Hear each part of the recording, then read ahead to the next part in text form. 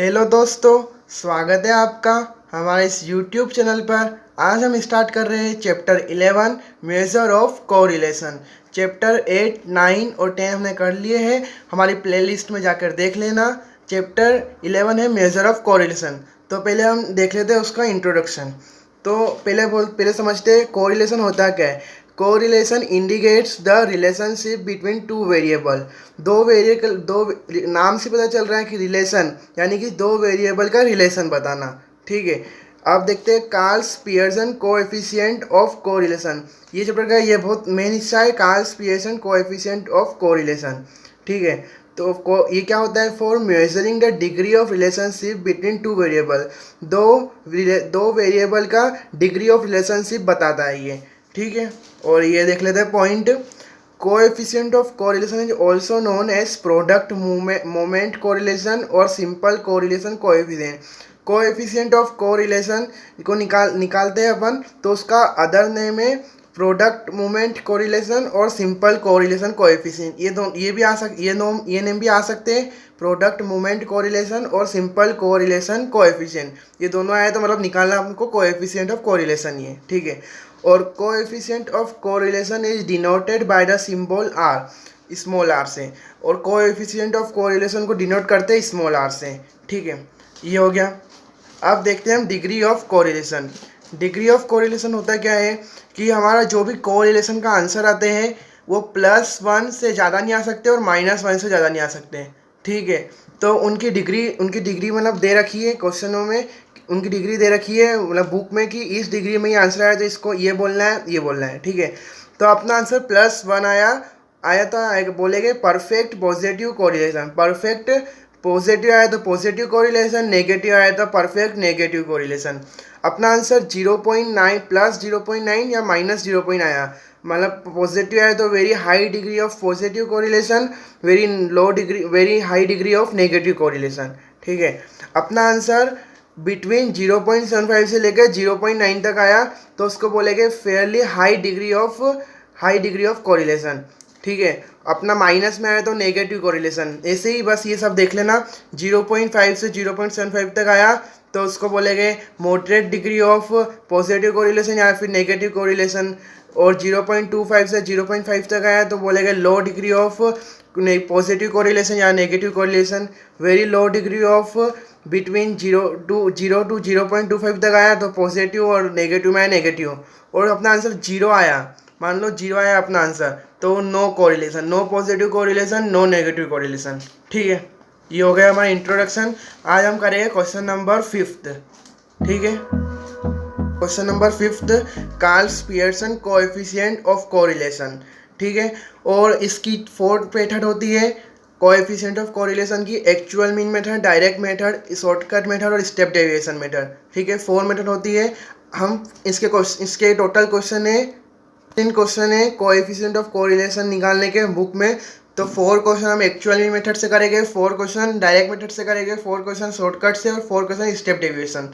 ठीक है, तो फर्स्ट 4, 5th, 6th और 7th हेड हम एक्चुअल मीन मेथड से करेंगे और उसके बाद डायरेक्ट से, फिर उसके बाद शॉर्टकट से ऐसे करेंगे। ठीक है, 4 क्वेश्चन। तो हम करेंगे आज question number 5, find the coefficient of correlation between x and y series from the data. इसमें हमको गिवन दे रखा है x और y। ठीक है, और कभी जैसे दे रखा है डिमांड और क्वांटिटी, तो हमेशा ऊपर वाला x होगा, नीचे वाला y होगा। ठीक है, हमको एज्यूम करना है ऊपर वाला x, नीचे वाला y। ठीक है, इसके अलावा कुछ एज्यूम नहीं कर सकते, A B C D कुछ एज्यूम नहीं करते, हमको x और y एज्यूम करना है। ठीक है, क्योंकि फॉर्मूला है x और y में डिपेंड। ठीक है, तो करते हैं।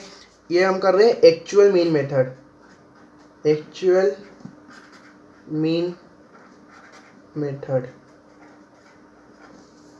ठीक है, तो करते हैं। सबसे पहले हमको कॉलम बनाना पड़ेगा इसमें।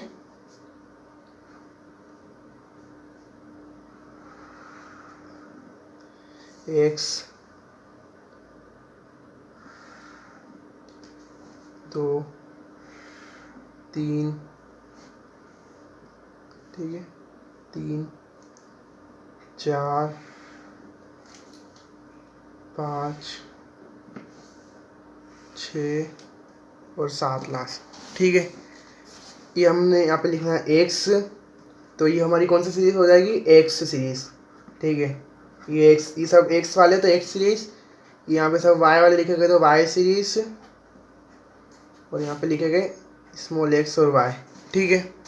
ये तो लिखते एक्स क्या दे रखा है हमें, 10, 12, 8, 15, 20, 25 और 40। ठीक है। और वाई सीरीज में वाई का दे रखा है वाई दे रखा है हमें 15, 10, 6, 25, 16, 12 और 8। ठीक है। ये हमें दे रखा है इवन 15, 10, 6, 25, 16, 12 और 8। अब क्या करना है हमको, सबसे पहले हमको इसमें एक्स और ये वाई इनका मीन निकालना है। एक्स सीरीज़ का मीन निकालना है और वाई सीरीज़ का मीन। ठीक है। और निकालना है डायरेक्ट मेथड से, इंडिविजुअल सीरीज़ की डायरेक्ट मेथड से मीन निकालना। आपको निकालना नहीं आता तो लिंक फॉर डिस्क्रिप्शन जाकर देख लेना। ठीक है। कैसे निकलेंगे, उसका फॉर्मूला होता है एक्स जैसे एक्स है तो एक्स के ऊपर बार यानी एक्स मीन, और वाई है तो वाई मीन। ठीक है। इसका फॉर्मूला होता है समीशन एक्स अपॉन में एन। ठीक है। और y होगा तो y mean summation y upon में n। ठीक है। ऐसे लिखना y समीशन y अपॉन में n। तब करते हैं इनकी टोटलिंग, समीशन x की टोटलिंग करते हैं। सबसे पहले 10 और 12 22, 22 और 30, 30 और 15 होते 45, 45 और 20 55, 65, 65 और 5 70, 70 80 90, 90 और 40 होते हैं 130। यानी अपना समीशन x आया 130। तो 130 अपॉन में एन कितना है, नंबर ऑफ ऑब्जर्वेशन गिन लेते हैं अपन। सीरियल नंबर 1 2 3 4 5 6 7 8 7 1 2 7 है। तो काटते हैं 7 की टेबल 1 टाइम्स बोली तो 7 आते हैं। ठीक है। 1 टाइम्स बचे कितने, 8 9 10 11 12 13 6 बचे 6 0। 7 की टेबल बोली 8 टाइम्स बोली था 56 बचे कितने 4। फिर पॉइंट 0 लग जाएगा, यहाँ पॉइंट लग जाएगा। 7 की टेबल 5 टाइम्स बोली 35 आएंगे 5 टाइम्स, फिर बचे कितने 50। फिर 7 की टेबल 7 टाइम्स बोली तो आएंगे 49, फिर बचे 1। बस 2 डिजिट काफ़ी है, यानी अपना एक्स मीन आ गया 18.57। अब निकालते हैं वाई मीन। तो समीशन वाई निकालते हैं, उसके लिए समीशन वाई इसकी टोटलिंग करते हैं। 15 और 10 होते 35, 10 और 10 25, 25 और 6 होते हैं 31, 31 और 25 होते हैं 25, 56 होते हैं 56 और 16 होते हैं 56 और प्लस 16 होते हैं 56 और प्लस 16 होते हैं 72, 72 और 12 होते हैं 84, 84 8 होते हैं 92। यानी समीशन वाई अपना है 92। तो फॉर्मूले में पुट करते हैं 92 अपॉन में 7 1 जा 8, 7 के बाद 8 9 2 बचे। 7 की टेबल 3 टाइम्स बोली 21 बचे कितने 1 0 हो जाएगा, पॉइंट लग जाएगा यहाँ पे। 7 1 जा, फिर बचे कितने 3 0। 7 की टेबल 4 टाइम्स बोली तो आएगा 28। बस काफ़ी है 2 डिजिट तक। तो अपना वाई मीन आ गया 13.14। ठीक है। ये हमने दिखा नहीं होगा, 92 अपॉन में 7 काटा तो आया 13.14, यानी वाई मीन आ गया अपना 13.14 आंसर। ठीक है। ये आ गया। अब निकालना है हमको स्मॉल एक्स। स्मॉल है, हमें जो भी क्वेश्चन में दे रखा है वो वाई स्मॉल कैपिटल एक्स दे रखा है और कैपिटल वाई, हमें निकालना है स्मॉल एक्स और स्मॉल वाई। ठीक है। और सिर्फ वो एक्चुअल मीन मेथड में निकालना है हमको, स्मॉल एक्स और स्मॉल वाई और किसी में नहीं निकालना है। तो निकालते हैं स्मॉल एक्स कैसे निकालेंगे, एक्स माइनस मीन, जो भी अपना एक्स है वो मीन से माइनस करना है। और स्मॉल वाई निकालेंगे अपन वाई माइनस वाई मीन। ठीक है। ये निकालेंगे तो निकालेंगे 10 माइनस 18.57 तो माइनस 8.57, 12 माइनस 18.57 तो माइनस 6.57, 8 माइनस 18.57 तो माइनस 10.57 आएंगे।